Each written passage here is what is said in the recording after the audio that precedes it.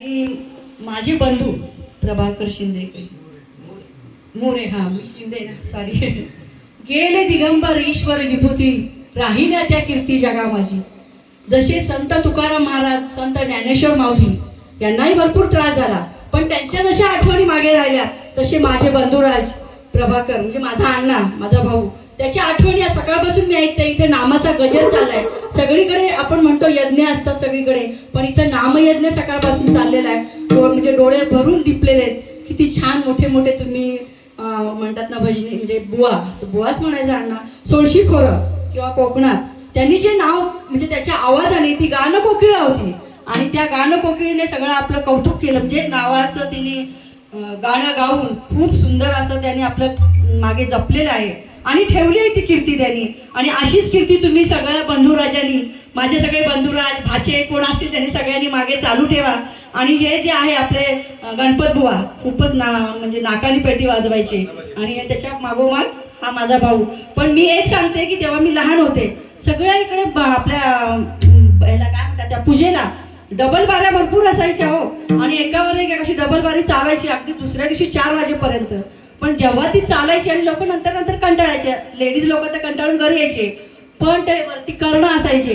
प्रभाकर बुवा बसला की प्रभाकर बुवाचा आवाज नव्हता बोलत, तर प्रभाकर बुवाची पेटी वाजत होती, हार्मोनियम वाजत होती. आणि त्या हार्मोनियममुळे सगळे धावत, अगदी ते थंड असायची ती त्यावेळीची माती, धावत सुटायचे. आणि तो जो त्यांनी ठेवलाय आणि तो नेहमी म्हणायचा, मी हरिकीर्तन करताच जाणार, पण त्यांनी इतक्या लवकर जायला नको होतं. आणि त्याचीच थोडीशी झलक आता तुम्ही लोक आहात, पण मी आपली एक बहीण म्हणून काहीतरी थोडं बोलण्याचा प्रयत्न करते.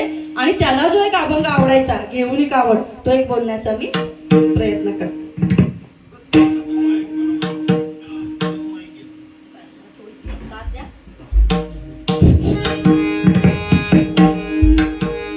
घेऊन कावड भरिले पाणी, घेऊन कावड भरिले पाणी, एकनाथाच्या घरी विठ्ठला सोडून या पंढरी.